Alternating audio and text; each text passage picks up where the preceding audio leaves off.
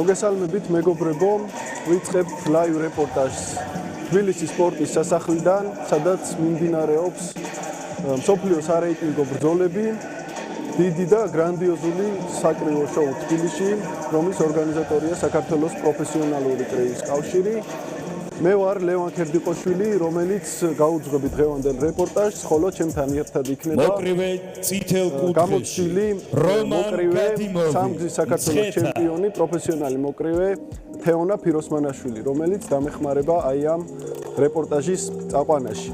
საინტერესო ღონისძიება, ძალიან ბევრი ძალზე საინტერესო ბრძოლა გველის აი ამ ღონისძიებაზე და დღის მთავარ ბრძოლაში ჩვენ ვიხილავთ გივი თოდუას საქართველოს ერთ-ერთ გამორჩეულ მოკრივეს მსოფლიო ჩემპიონის ქამრისათვის ბრძოლაში. ასევე ჩვენ ვნახავთ საქართველოს ჩემპიონის ქამრის გათამაშებას, რომელშიც ერთმანეთს შეერკინებიან ლევან იანქოშვილი და აკაკი კაკრეაშვილი და საერთაშორისო ბრძოლებს ქართველი მოკრივეების მონაწილეობით უცხოელი მეტოქეების წინააღმდეგ. მოკლედ ჩვენ ვიწყებთ პირველი ბრძოლა მსოფლიო სარეიტინგო ორთაბრძოლა ვლადიმერ ჯანეზაშვილი გორელი მოკრივე დაუპირისპირდება ცხეთელ რომან გადიმოვს. უნდა ითქვას, რომ ეს მოკრივეები ადრეც შეხვედრიან ერთმანეთს, იცნობენ ერთმანეთს კარგად, მაშინ ის ბრძოლა ჯანეზაშვილის გამარჯვებით დამთავრდა და ეს უკვე სარევანშო ორთაბრძოლაა. ვნახოთ, რას შემოგთავაზებენ ამჯერად მოკრივეები.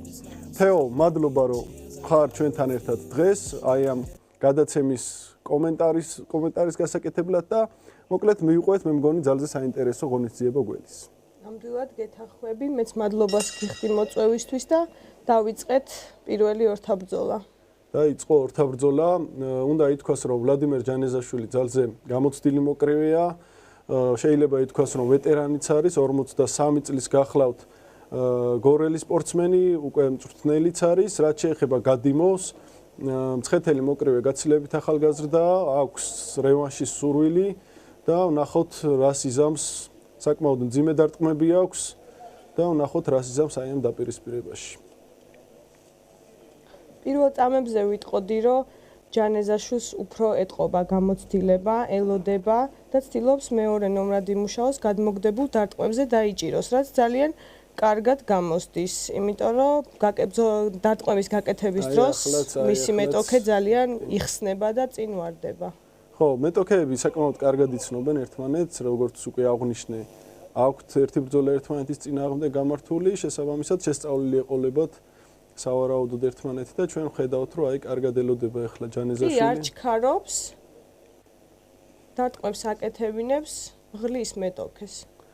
ერთი რაც უნდა შევნიშნო, აი პირველი თვალით რაც ჩანს, გადიმოვი სავარაუდოდ უფრო მეტია წონაში, ალბათ მეტად აღიდგინა, წონა ბევრი ექნებოდა დაკლებული, როცა ჩააბარა და დარტყმის ძალაზე ის ყოველთვის მოქმედებს ხოლმე, სავარაუდოდ ძლიერი დარტყმა ექნება და როგორც ვატყობ, აი მაგ ერთ დარტყმას ელოდება უფრო თითქოს რომ რაღაც ერთი ძლიერი გაუტაროს. ამ შემთხვევაში რეფერი ბატონი მერაბ მაისურაძე მოუწოდებს, რომ უფრო აქტიურად იმუშაონ მოკრივეებმა. აი ამ გადმოგდებულ დარტყმებზე ვოვამ, რომ პასუხი საპასუხო დარტყმა მიაწვდინოს ძალიან კარგი. აი, ხედავთ, რომ აი ახლაც საკმაოდ ჯანეზაშვილი მე მგონი უფრო ზუსტია ამ შემთხვევაში. აფრთხილებს რეფერი მერაბ მაისურაძე, ზედმეტი საუბარი რინგზე არ შეიძლება. იქ სეკუნდანტების კუთხეს რაღაცა. აი ამ დროს უნდა დაარტყას რა. გაესაუბრა.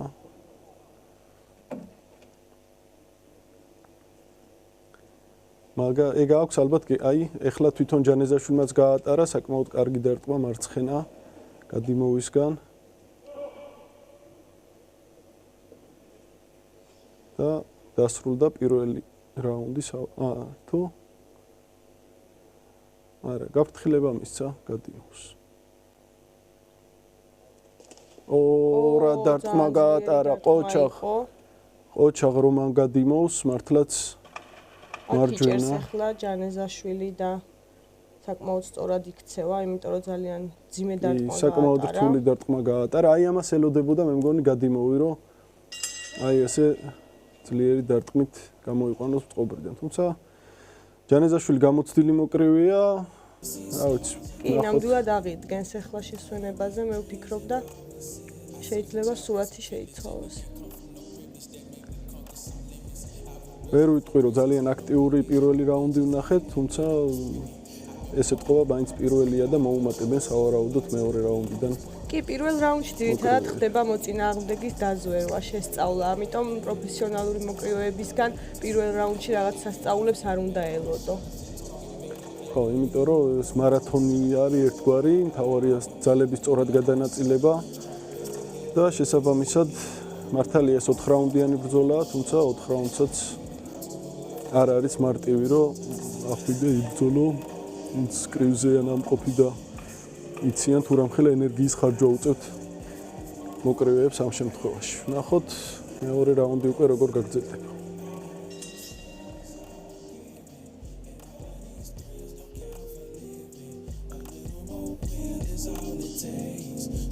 დაიწყო მეორე რაუნდი კვლავ გადიმოვის აქტიურობით, თუმცა აი ჯანეზაშვილი ხედავთ როგორი შემართულია, კონცენტრირებულია, აი შორიდან აი კიდევ გადიმოვის აქტიურობა მონდომებული აშკარად არის, თუმცა მეტი სიზუსტე მართებთ მოკრივეებს ჩემს. იმთაც ტექნიკურად სწორი გამართული დარტყმები არ აქვს, მაგრამ მიზანს აღწევს მაინც. კი, რამოდენიმე ძალიან კარგი და ძლიერი დარტყმა გაუტარა, ასე ვთქვათ, გადიმომა ვლადიმერ ჯანეზაშვილს. თუმცა ჯანეზაშვილის სასახელოდ უნდა ითქვას, რომ არაფერი ემჩნევა მაგას, რომ ამ დარტყმებმა ძალიან კარგი კომბინაცია იყო.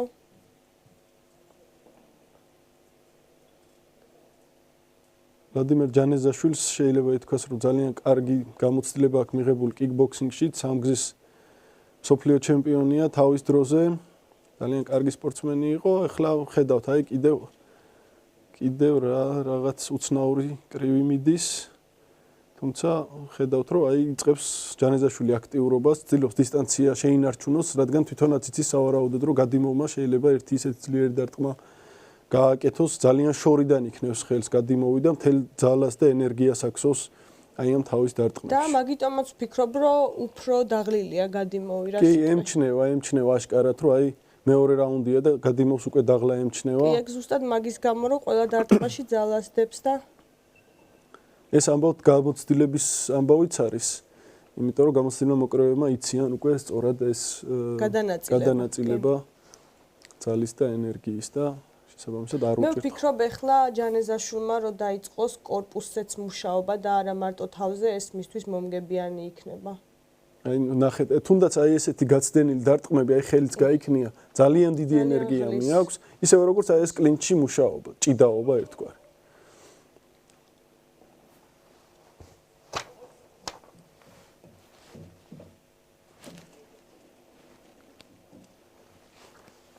აი აქ ჩემი აზრით უნდა გააგრძელონ მუშაობა, სანამ საჯი არ გააჩერებს. ხო, აი თითქოს ჩერდებიან კლინჩს იყენებენ არა სამუშაოდ, არამედ ერთგვარ დასასვენებლად, მე მგონი ამ შემთხვევაში. ნუ რაც ჯანეზაშვილისგან კიდევ უფრო მოსალო, აი ნახეთ, კიდევ ერთხელ კარგი დარტყმა მიაყენა და გადიმოვი ემოციურად ანიშნებს. ჯანეზაშვილის დარტყმები ნამდვილად უფრო ზუსტი არის. კი, ემჩნევა უფრო მაღალი კლასის ვლადიმერ ჯანეზაშვილს ამ შემთხვევაში და მოძრაობაც, უფრო მოძრავია გაცილებით. და რასაც არ ტყავს, უფრო ზუსტად არ ტყავს. რაც შეეხება გადიმოვი ცდილობს, რომ აი ერთი სანოკაუტე დარტყმა გააკეთოს, სავარაუდოდ თვითონაც ხვდება უკვე რომ დაიღალა და ცდილობს რომ ერთი მაგარი დარტყმით შეცვალოს მიმდინარეობა ბრძოლის. მე ვფიქრობ, იქიდან გამომდინარე, რომ ერთმანეთს უკვე იცნობენ, მოვას ამ გამოცდილებიდან გამომდინარე წინასწარ გეგმა აქვს შემუშავებული, რასაც მიჰყვება და მშვენივრად გამოსდის. კი, ნამდვილად, აი ხედავთ, რომ არც დაღლილობა ეტყობა ჯანეზაშვილს, მიუხედავად ასაკისა, ახლა 53 წლის ასაკში რინგზე გასვლა არ არის მარტივი. უნდა აღვნიშნოთ, რომ აი აშკარად გაბარიტებში სხვაობაა, თუმცა ამის მიუხედავად ძალიან თავისუფლად, ძალიან კარგად გრძნობს ჯანეზაშვილი თავს და გადიმოვს ხედავთ საკმაოდ დაღლილია. თუნდაც რიტმში არ აქვს თითქოს. აი ამიტომ ჩემი აზრით ჯანეზაშვილის კუთხემ უნდა ურჩიოს, რომ მეტი იმუშაოს კორპუსზე რა. რაც საშუალებას მისცემს, რომ ბრძოლა უფრო ადრე დაასრულოს. კორპუსზე მუშაობა უნდა აღვნიშნო კიდევ ერთი ძალიან მნიშვნელოვანია პროფესიონალურ კრივში განსაკუთრებით.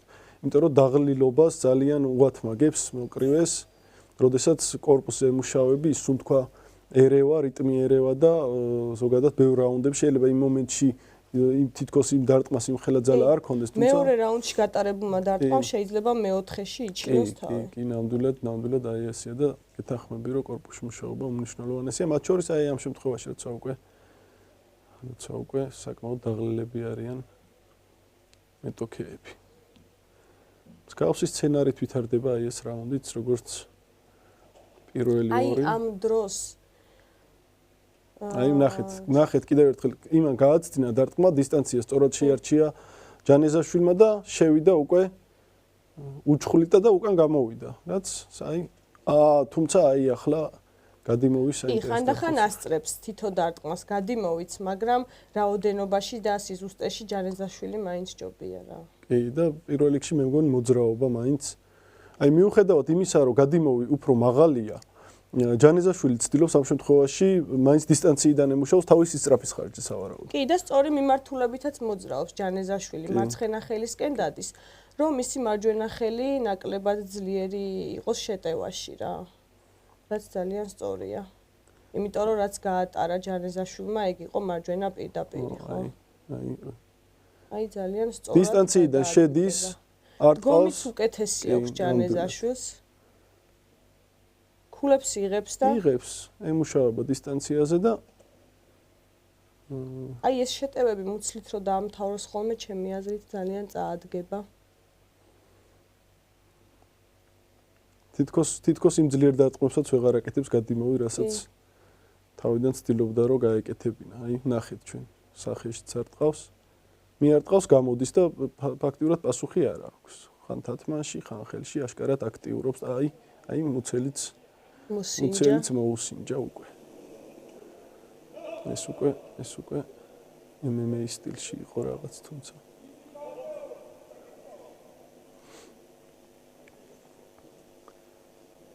მგონი ნელ-ნელა იკვეთება ჯანეზაშვილის უპირატესობა ამ შეხვედრაში.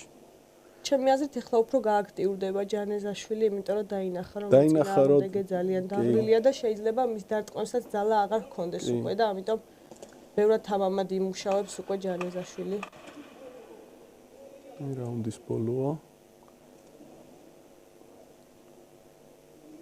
ფაქტიურად აი არც უპასუხია. კი ეს რაუნდი სუფთად წაიღო. ნამდვილად ჯანეზაშვილმა ეს რაუნდი ხედავთ გადიმოს. აი ეს არის მზადება. სანამ შესვენებაა, შენ რა სიტყვა, აი რა მოქმედებს ყველაზე კარგად? შენ აქტიური მოკრივე ხარ, გამძლეობას და რო არ დაიღალო, აი ესე მარტივად რა ვარჩები ეს ეჭირა. იცი რა არის? პირველ რიგში რაც არ უნდა ტექნიკა, გამოცდილება გქონდეს. პირველ რიგში სპორტში არის გამძლეობა. ანუ თუ დაიღალე მეორე რაუნდში ჩათვალე ყველაფერი წაიშლება. შენი ტექნიკაც ანუ არაფერი აღარ შეგრჩება რა. ამიტომ პირველ ადგილზე ნებისმიერ ორთაბრძოლებში დავაყენებდი ამ გამძლეობას. და მაგაზე ვფიქრობდი სხვათა შორის მოკრივეები ძირითადად სირბილი აქვს ყველაზე ერთ-ერთი მნიშვნელოვანი ვარჯიში მზადებისას და ეს სირბილი არის ხოლმე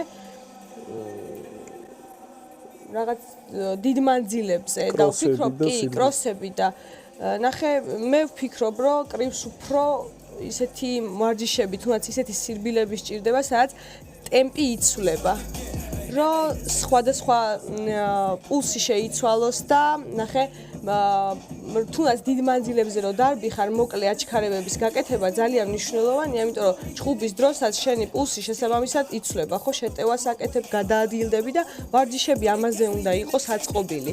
ერთ ტემპში სირბილი ჩვენი ორთაბრძოლებისთვის ვლადიმერ ჩვენ ნახეთ გასაგებია ზუსტად რაც ვივარაუდეთ ვეღარ შეძლო გადიმოვმა გაეგრძელებინა ბრძოლა და მე მგონი სწორი გადაწყვეტილებაც მიიღო, იმიტომ რომ